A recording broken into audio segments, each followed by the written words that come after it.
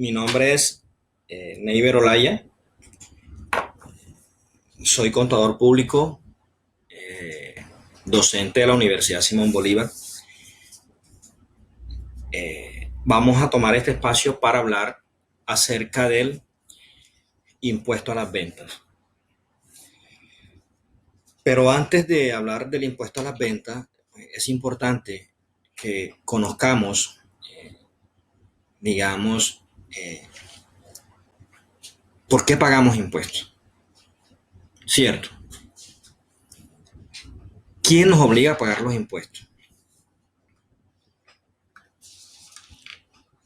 El artículo primero de la Constitución Política de Colombia inicia el encabezado diciendo que Colombia es un Estado social de derecho. Significa que nosotros como colombianos tenemos obligaciones y tenemos deberes. Artículo 95 de la Constitución habla acerca de esos deberes y acerca de esas obligaciones. Y en el enunciado del artículo 95, el mandato que dice es que todos estamos en el deber de engrandecer y dignificar al Estado. Y como forma de engrandecer y dignificar el Estado colombiano,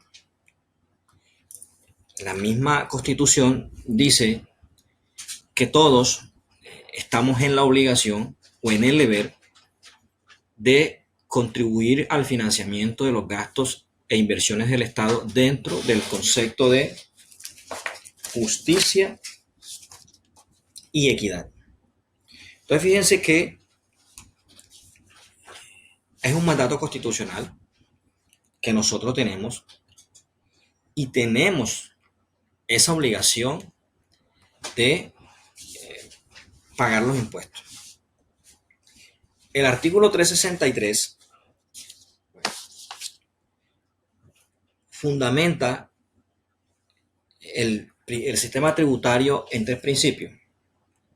Entonces, esos principios son equidad, eficiencia y progresividad. La equidad hace referencia a esos excesos sobre los pagos en impuestos. La eficiencia indica que el Estado debe recaudar la mayor parte de los impuestos al menor costo posible.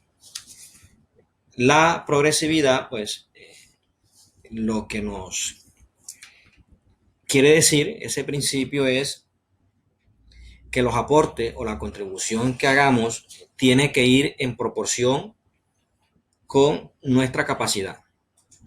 Entonces, bajo esos tres principios se fundamenta el sistema tributario. Algo importante es que las leyes tributarias no se aplican con retroactividad. Entonces, es decir, que una norma no aplica hacia años anteriores, sino que aplica para los años siguientes a partir de la fecha de su promulgación.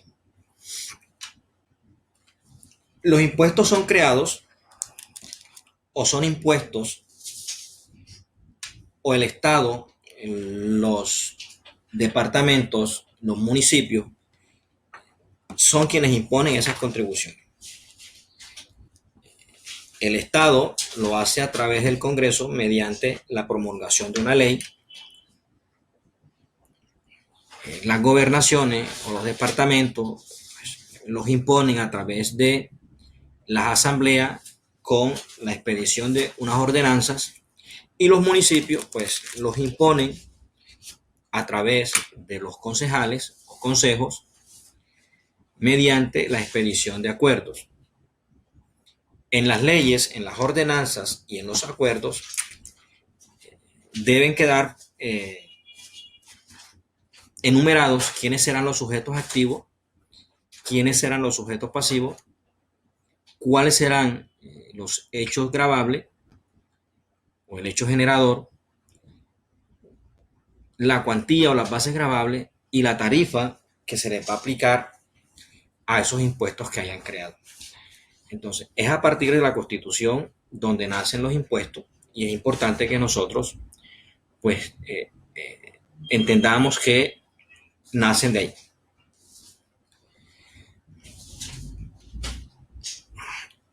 Una definición de impuesto, fíjense que un concepto, digamos, de esos que uno tanto puede consultar sobre el tema de los impuestos, dice que son las prestaciones que exige el Estado en virtud de ese poder imperioso a quienes estemos en situaciones que la misma ley considera como hechos imponibles.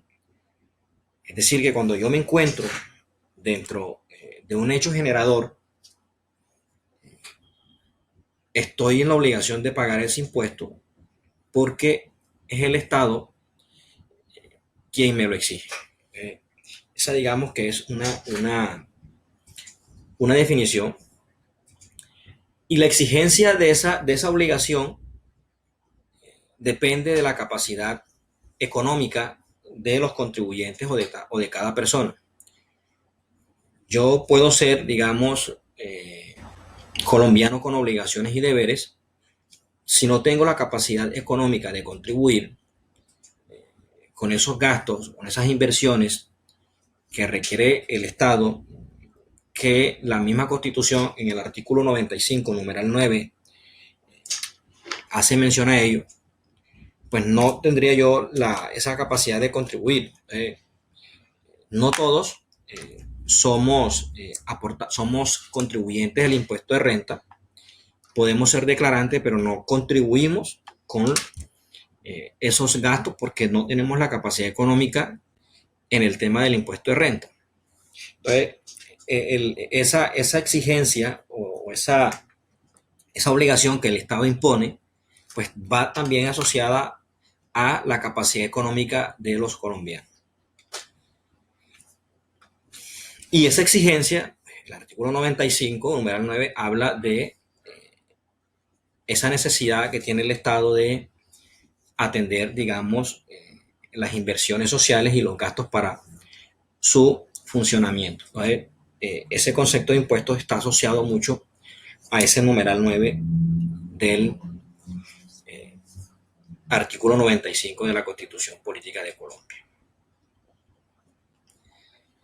El impuesto a las ventas es un impuesto nacional, es un impuesto indirecto. Y el impuesto a las ventas recae en las diferentes etapas del ciclo económico. Esas etapas son la importación, la producción, la contribución y la comercialización de bienes corporales, muebles y la prestación de servicios. Téngase en cuenta que estos bienes corporales, muebles y estos servicios deben tener la característica de grabado. Es decir, que el impuesto a las ventas recae sobre bienes grabados y sobre la prestación de servicios grabados. Si no existe la calidad de ese bien o de ese servicio grabado, pues no recae el impuesto a las ventas. Ese impuesto, pues, ¿cómo se calcula? Pues, agregándole al precio de venta ese valor agregado, que es la tarifa, puede ser la tarifa general o la tarifa diferencial del 5%. ¿Sí? Y el impuesto a las ventas generalmente lo asume el consumidor final. Es decir, que quien compra el bien para consumir es quien al final del ciclo termina contribuyendo con el impuesto.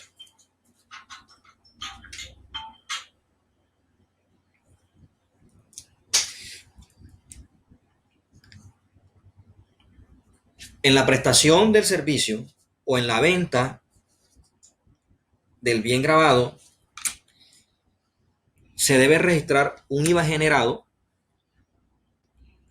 y que este IVA generado pues se debe de manera simultánea comparar con el IVA que se cancela al momento de adquirir un bien grabado o a la hora de cancelar un servicio grabado. Se deben confrontar y el valor, la diferencia que exista entre el IVA generado y el IVA descontable, dependiendo si es positivo o negativo, pues arrojará un valor a pagar o arrojará un saldo a favor. Es de ahí donde existe que en el impuesto a las ventas se aplica esa metodología de confrontar impuestos contra impuestos. Es decir, yo comparo o confronto el IVA generado con el IVA descontable. Digamos que el IVA, cada vez que yo vendo, cada vez que yo compro, hago confrontaciones y por eso lo termina asumiendo el consumidor final, porque es al final el consumidor el que realmente termina el ciclo económico. Ahorita hablamos de que el impuesto a las ventas era un impuesto indirecto. Pues el impuesto directo, haciendo una pequeña definición sobre los impuestos indirectos y sobre los impuestos directos, pues en el directo es aquel en donde el sujeto jurídico, es decir, quien tiene la responsabilidad ante el Estado, es la misma persona que realmente paga el impuesto o tiene la responsabilidad económica de pagar el impuesto. El impuesto a la renta es un impuesto que es un impuesto directo porque, digamos, quien tiene la obligación de pagar el impuesto de renta tiene la obligación ante el Estado. A diferencia del impuesto a las ventas, que quien paga el impuesto realmente, el sujeto económico, es decir, aquella persona o es el consumidor final que paga el impuesto, no tiene ninguna responsabilidad frente al Estado. Esa responsabilidad frente al Estado, pues la tiene quien recauda el impuesto, es decir, la persona que actúa como el vendedor del bien o el prestador del servicio grabado. Por eso es indirecto, porque el sujeto pasivo jurídico es diferente al sujeto pasivo económico. De ahí, porque es un impuesto indirecto. Es un impuesto real, grava la renta en su origen, es decir, va directamente al ingreso, no necesita, digamos, una depuración para calcular ese impuesto a las ventas y se causa de manera instantánea. Al momento que ocurre el hecho generador, se debe causar ese impuesto a las ventas. Entonces, tenemos, digamos que tres características muy importantes del impuesto a las ventas. Digamos, es un impuesto indirecto, que es un impuesto real, y es un impuesto de causación instantánea. Entonces, tres características que pues, nosotros debemos tener acerca del impuesto a las ventas.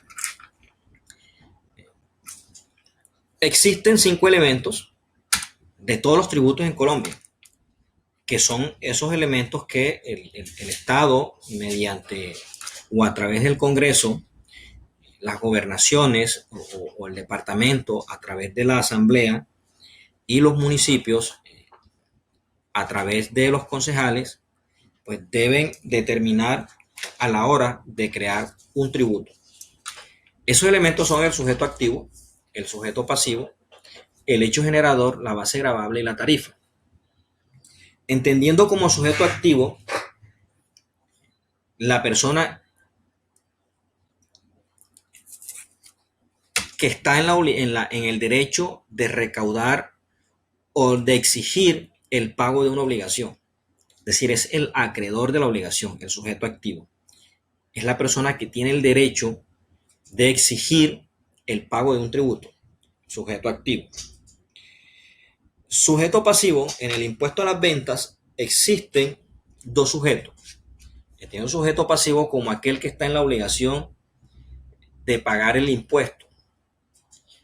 Y en el tema de impuesto a las ventas, la obligación de pagar el impuesto recae sobre el responsable.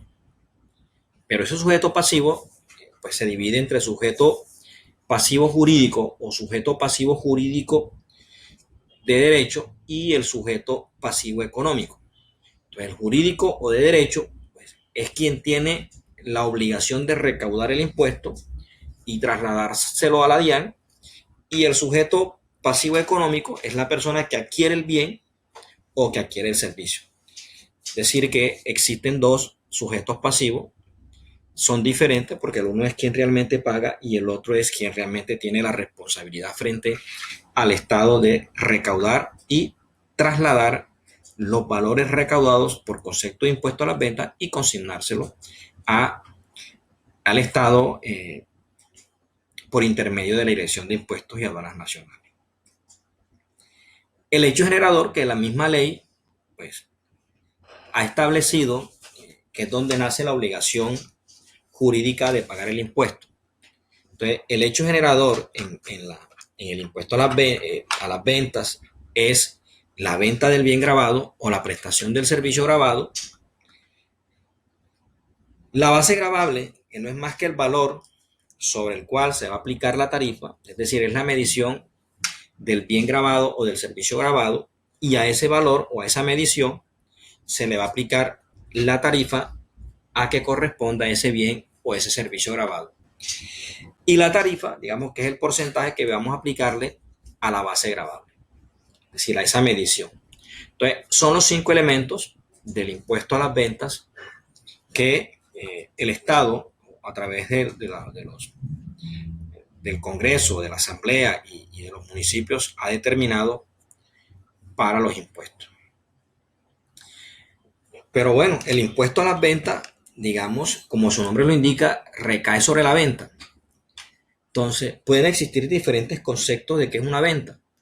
Entonces, un concepto, una venta, digamos, es un contrato por el que una persona denominada vendedor transfiere a otra persona denominada comprador un bien o un servicio. Y ese valor que se obliga a pagar el comprador se denomina precio. El Código Civil trae una definición de lo que es una venta. Entonces, define la venta como un contrato en la que las partes se obligan a dar una cosa y la otra a pagarla en dinero. La una dice vender, la otra dice comprar, y que ese dinero se llama precio. Entonces, esa es la definición del Código Civil que trae sobre el concepto de venta. Pero en materia fiscal, en materia tributaria, venta no solamente es transferencia de un bien a cambio de dinero, sino que fiscalmente se establecen 3 situaciones muy enunciadas en el estatuto sobre qué es una venta.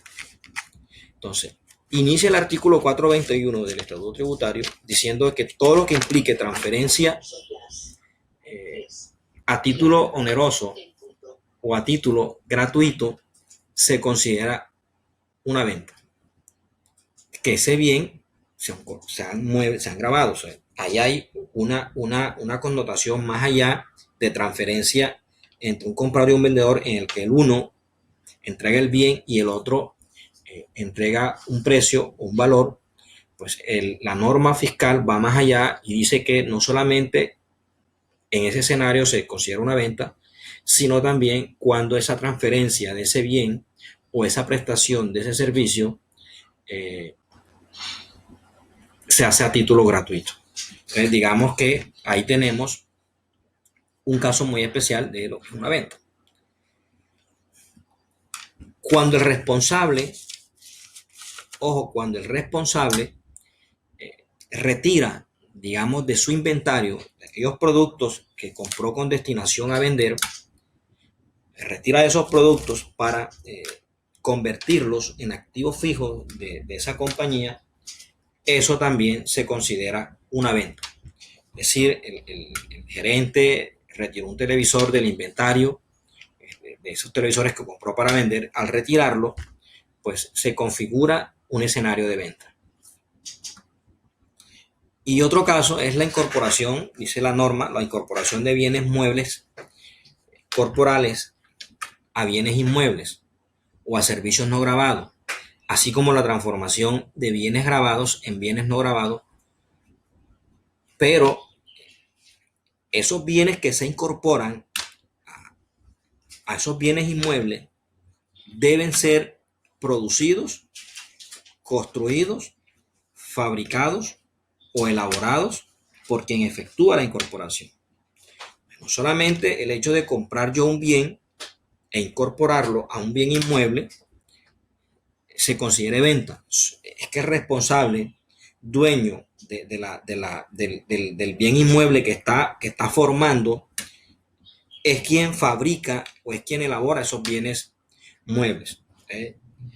Un ejemplo claro puede ser una constructora que para reducir costos elabora sus propias ventanas o sus propias puertas. Entonces, esos bienes que fabricó para incorporarlo, pues se consideran una venta. Cuando hablamos de transferencia a título gratuito, pues, hacemos mención, digamos, a lo que es una donación. El Código Civil, en su artículo 1443, nos trae una definición de lo que es una donación. Y dice que la donación entre vivos, si entre las personas, es un acto por el cual una persona transfiere gratuita e irrevocablemente una parte de sus bienes a otra persona que la acepta. La donación jurídicamente es una transferencia de dominio a título gratuito en bienes grabados y que genera IVA. Eso dice, digamos, el Código Civil en su artículo 1443. Entonces, si podemos ilustrar el ejemplo de una donación, aquí podemos determinar o mirar mediante este ejemplo un almacén que se dedica a, digamos, a vender camisetas, decide hacer una donación a un movimiento político y le dona unas 100 camisetas. Fabricar esas camisetas a esa empresa le representa un costo de 10,000 pesos por cada camiseta, pero su valor comercial, es decir, al precio que ella vende normalmente esas camisetas, es a 20,000 pesos. El IVA en esas transferencias a título gratuito se debe calcular, digamos, sobre el valor comercial, no sobre el valor de costo. Entonces, yo tomo, digamos, las 20 camisetas, las 100 camisetas y las multiplico por el valor de cada camiseta, me da 2 millones de pesos, y sobre esos 2 millones de pesos yo voy a aplicar el 19%, que es la tarifa que grava ese tipo de bienes. Entonces me da un IVA de 380 pesos. Para hacer el registro o para retirar del inventario esas camisetas, pues yo lo debo hacer a precio de costo. Tomo las 100 camisetas, las multiplico por el valor del costo y me da 1 millón de pesos. Entonces, en sí, el almacén ABC Limitada no está donando, digamos, el millón, sino está donando el millón más el IVA. Al final le toca responder por ese impuesto a las ventas producto de esa donación. Entonces, en un registro contable nosotros podemos colocar un gasto por donación, un IVA por pagar de 380 y el retiro de los inventarios del millón de pesos. Entonces, de esa forma, un ejemplo, pues ilustramos cómo funciona el sistema de las donaciones sobre un bien grabado. En los retiros de inventario, al igual que en las donaciones o en las transferencias a título gratuito, pues el impuesto a las ventas se debe calcular sobre el precio de venta. No se debe calcular, digamos, el impuesto a las ventas sobre el valor del costo. Pues cada vez que yo hago un retiro de inventario, tengo que mirar valor comercial del inventario que voy a retirar y sobre ese valor voy a calcular el impuesto a las ventas y el retiro del inventario del producto que yo estoy tomando para que forme parte de los activos fijos de la compañía. pues sí se debe tomar al valor del costo. Entonces, aquí mediante este ejemplo también tenemos, digamos, ilustramos cómo sería el registro contable de esta operación cuando se retira del inventario para hacer parte de los activos fijos. Valor del inventario, 2 millones de pesos. El bien tiene un precio de 3.200.000, entonces multiplico el precio de venta por las unidades, 19.200, me da un IVA de 3.648.000 y el registro contable es productos terminados, 19.200, IVA por pagar, 3.648.000 y equipos de oficina, que es el valor por el cual yo debo registrar el activo fijo, es igual al IVA más el costo del producto que se adquirió para vender. Y la incorporación de los bienes muebles a inmuebles, ya mencionamos que se hace solamente para o aplica para quienes incorporan los bienes, sean quienes los fabrican o los elaboran. También podemos tener un ejemplo, digamos, una sociedad que para disminuir los costos de construcción decide fabricar sus propios módulos. Entonces resulta que fabricarlos le costó 2.500.000 cada módulo, pero el precio comercial es de 3.500.000. Entonces, sobre el valor de los módulos a precio de venta, es decir, los 350 millones de pesos, debo calcular el impuesto a las ventas, que me da 66.500.000, y pues los módulos, 250.000 pesos. Entonces llevaré a construcciones en curso el valor de los productos terminados más el IVA por pagar. De esa forma ilustramos ejemplos en las tres situaciones sobre el impuesto a las ventas.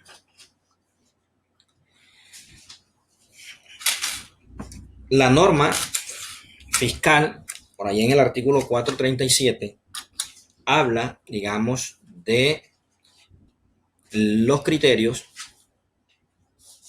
que las personas naturales, comerciantes, ojo, deben cumplir para considerarse no responsables del impuesto a las ventas.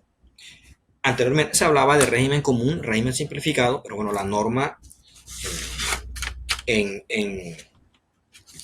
la ley 1943, que fue derogada y que posteriormente fue, digamos, reemplazada por la 2010 del año 2019, eliminó los términos régimen común y régimen simplificado para efectos de impuesto a las ventas.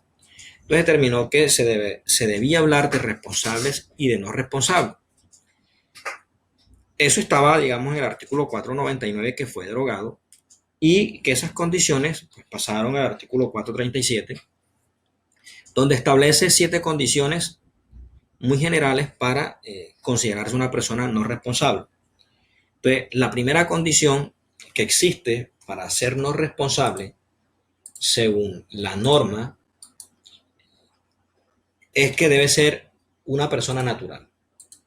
Entonces, persona natural, y que esa persona natural sea comerciante. Es decir, que para ser no responsable, debo ser una persona natural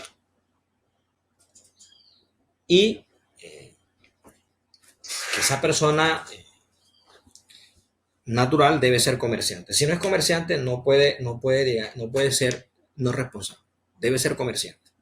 Porque solamente los comerciantes son los que tienen la capacidad de comprar y vender, entendiendo comerciante lo que nos dice, digamos, el Código de Comercio, que quienes desarrollen actividades mercantiles se consideran comerciantes.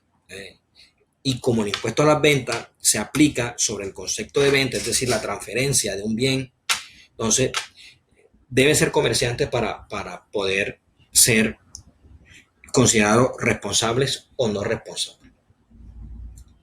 Entonces, la norma textualmente dice que las personas naturales comerciantes y los artesanos que sean minoristas o detallistas, los pequeños agricultores, los ganaderos, así como quienes presten servicios, siempre y cuando cumplan la totalidad de las siguientes condiciones. Que sus ingresos del año anterior o del año en curso sean iguales o superiores a 3.500 VT. Segunda condición, que no tengan más de un establecimiento de comercio. Tercera condición, que no desarrollen en su establecimiento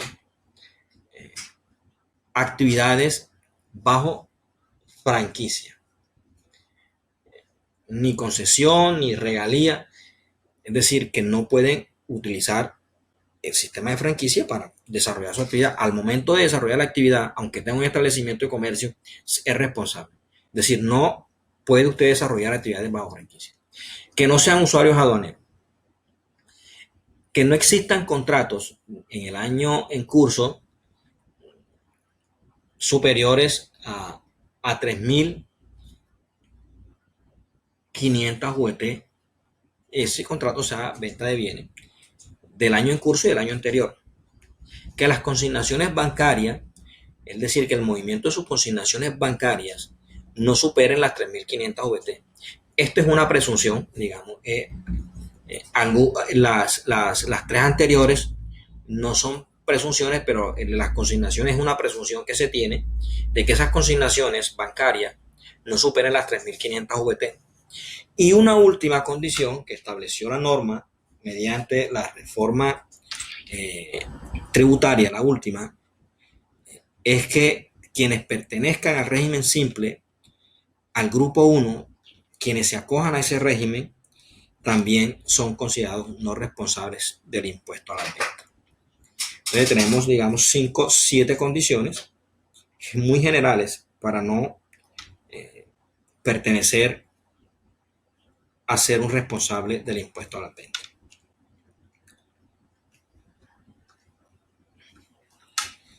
Y aquellas personas naturales que sean inscritas como responsables del impuesto a las ventas se pueden retirar de ese régimen si durante un año cumplen los requisitos para no ser responsable. Es decir, yo debo demostrarle a la DIAN que en el año no cumplí con todos los requisitos del artículo 437 para volver otra vez al grupo de los no responsables. Es decir, que una vez yo deje de cumplir por un año esas condiciones, vuelvo y paso a ser un no responsable. Entonces, eso con el tema del impuesto a las ventas, que sobre el tema de la venta, que digamos para mí es el más sencillo, pues simplemente se genera cuando hay venta. Pero cuando hablamos nosotros del impuesto descontable, este impuesto sí nos trae un poquito de complicaciones. Nos trae complicaciones primero porque hay unos impuestos que son cancelados cuando se adquieren servicios o cuando se adquieren bienes muebles, que a veces no tenemos la claridad si lo puedo llevar como descontable, si lo puedo llevar como un gasto y que ese gasto yo lo puedo llevar como una deducción en el impuesto de renta. Entonces, eso hay que tenerlo muy claro. Entonces, el impuesto descontable es aquel que pagan los responsables en la adquisición de bienes y servicios sobre aquellos productos que van a comercializar. Es decir, el impuesto que se paga del inventario o de un servicio, pero que ese servicio pues, yo lo cancelo es para poder operar mi actividad comercial, yo lo puedo llevar como descontable. Se registra en la columna débito y, como dijimos anteriormente, se confronta con el generado para determinar, digamos,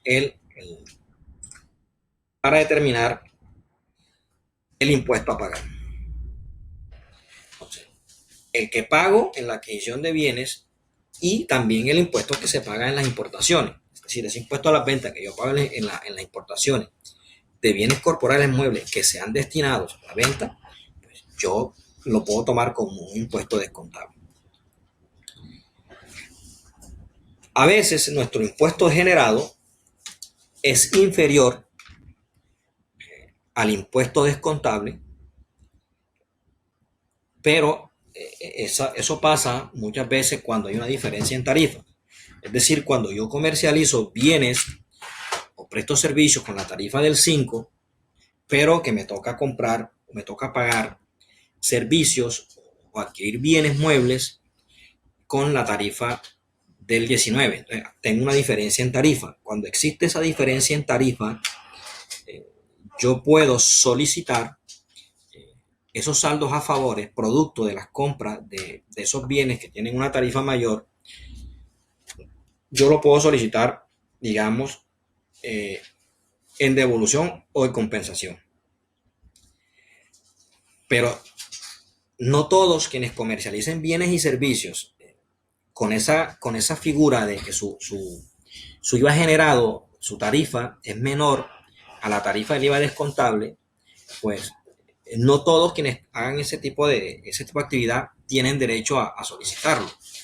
Pues el artículo 468 raya 3 contempla que esa devolución se hace una excepción para, digamos,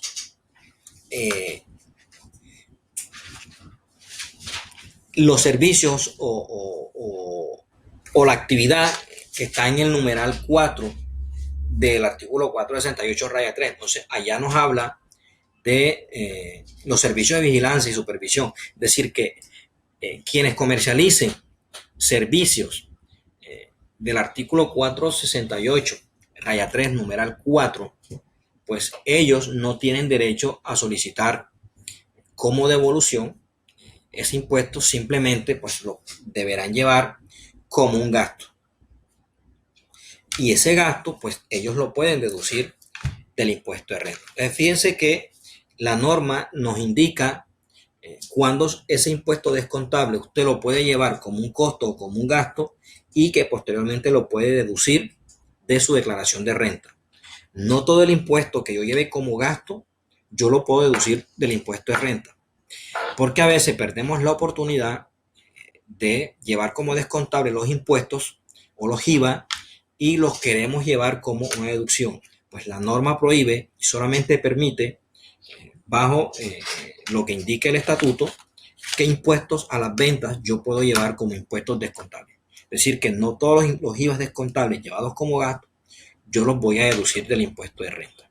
Solo aquellos que la norma me está indicando. Entonces, un ejemplo es el artículo 468 raya 3 numeral 4, donde indica que esos IVA descontables no me permite solicitarlos en devolución, pero sí me permite llevarlo como un costo o como un gasto y que yo lo pueda deducir vía declaración de renta.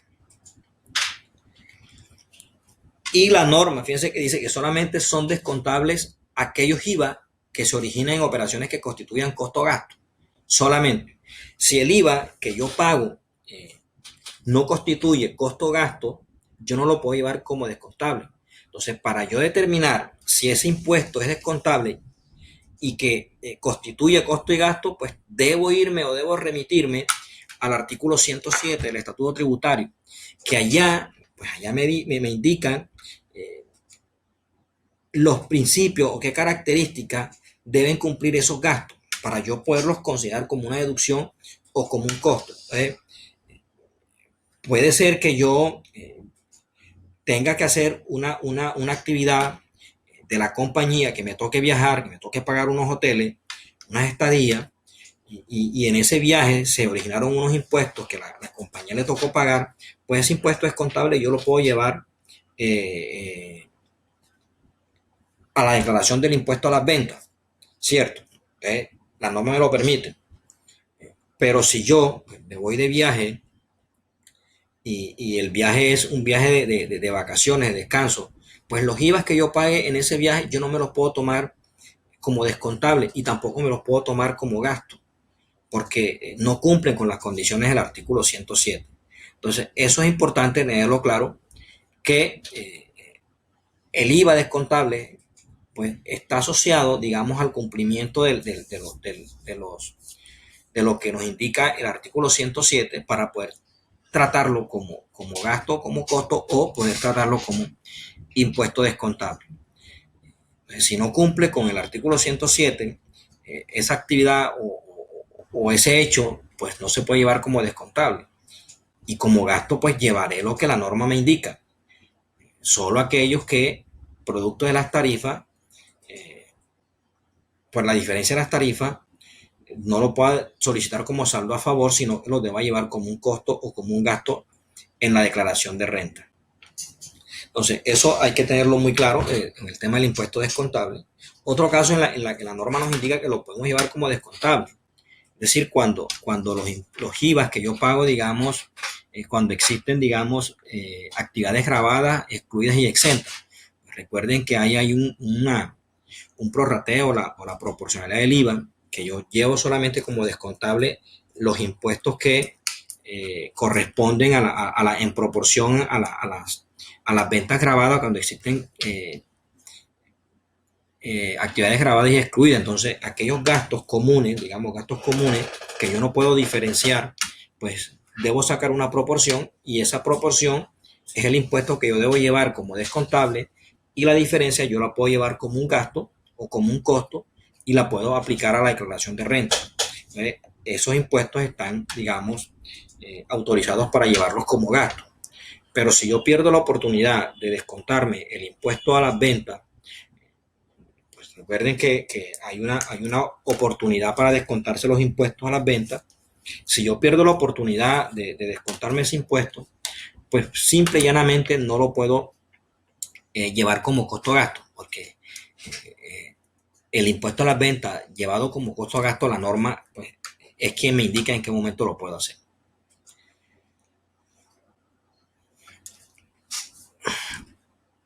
Entonces, cuando hablamos de la oportunidad de los impuestos del IVA descontable, pues hablamos también de los periodos en que se deben presentar. Y el periodo en que se debe presentar el impuesto a las ventas, existen dos periodos, unos periodos bimestrales y unos periodos cuatrimestrales. Aquellas entidades o aquellas empresas que sus ingresos el año anterior fueron superiores a 92.000 VT, pues ellas tienen que declarar, presentar y pagar el impuesto en periodos bimestrales. Y que la oportunidad para yo descontarme los IVA, aquellos IVA que no pude causar o no tuve la oportunidad de causar en la fecha del bimestre, pues yo lo puedo hacer o lo puedo solicitar como descontable en los 3 periodos bimestres. Entonces, una vez yo lo haya reconocido en la contabilidad. Entonces, si de pronto yo en enero o febrero hubo un impuesto a las ventas que yo no me pude descontar porque la factura no llegó o porque ocurrió o se empapeló en la factura o no hubo tiempo de contabilizarla, pues yo me puedo descontar ese impuesto en el periodo marzo-abril, mayo-junio o julio y agosto. Pero lo debo hacer en el momento en que yo cause la factura. Entonces, si yo causé la factura en el periodo marzo-abril, que era de enero, me tengo que descontar ese impuesto a las ventas en el periodo marzo-abril. Ojo, eso cuando habla de los 3 periodos bimestres, habla en el momento en que yo lo contabilice. Si la contabilizo en marzo y me la voy a descontar en mayo, junio o julio, agosto, ya perdí la oportunidad, porque la oportunidad es los 3 periodos bimestres, pero en el momento en que se cause la factura. Y para los periodos cuatrimestrales, pues, cuando los ingresos del año anterior son inferiores a 92.000 VT, pues tendrán que presentar sus declaraciones en periodos cuatrimestrales. Y que la oportunidad, en el hecho de que yo no me pueda descontar un impuesto a las ventas de un hecho que ocurrió en ese periodo, pues yo tengo la oportunidad de hacerlo en el periodo siguiente o solamente en el periodo siguiente.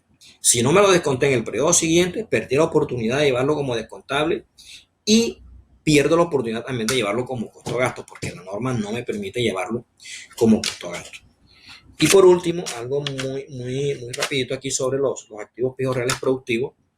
Pues el artículo 2 del decreto 1766 de 2004 nos da una definición de que son activos reales productivos. Son aquellos que participan de manera directa y permanente en la actividad productora de renta.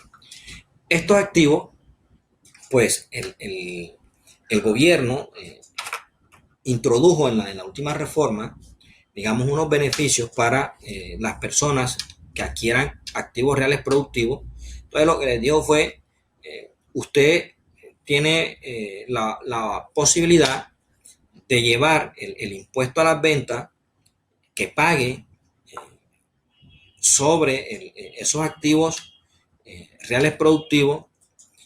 Usted lo podrá descontar en el impuesto de renta. Es decir, cuando habla de descontar, es decir, que sobre el impuesto de renta que usted le toque pagar, pues le va a restar el impuesto a las ventas que usted pagó por la adquisición de un bien real productivo. Entonces, para ese tipo de bien, o lo lleva como un mayor valor del activo, o lo puede tomar como un mayor valor del activo. Eso con los activos reales productivos. Hasta aquí terminó la charla. Espero que les haya gustado y bueno, nos vemos en otra oportunidad.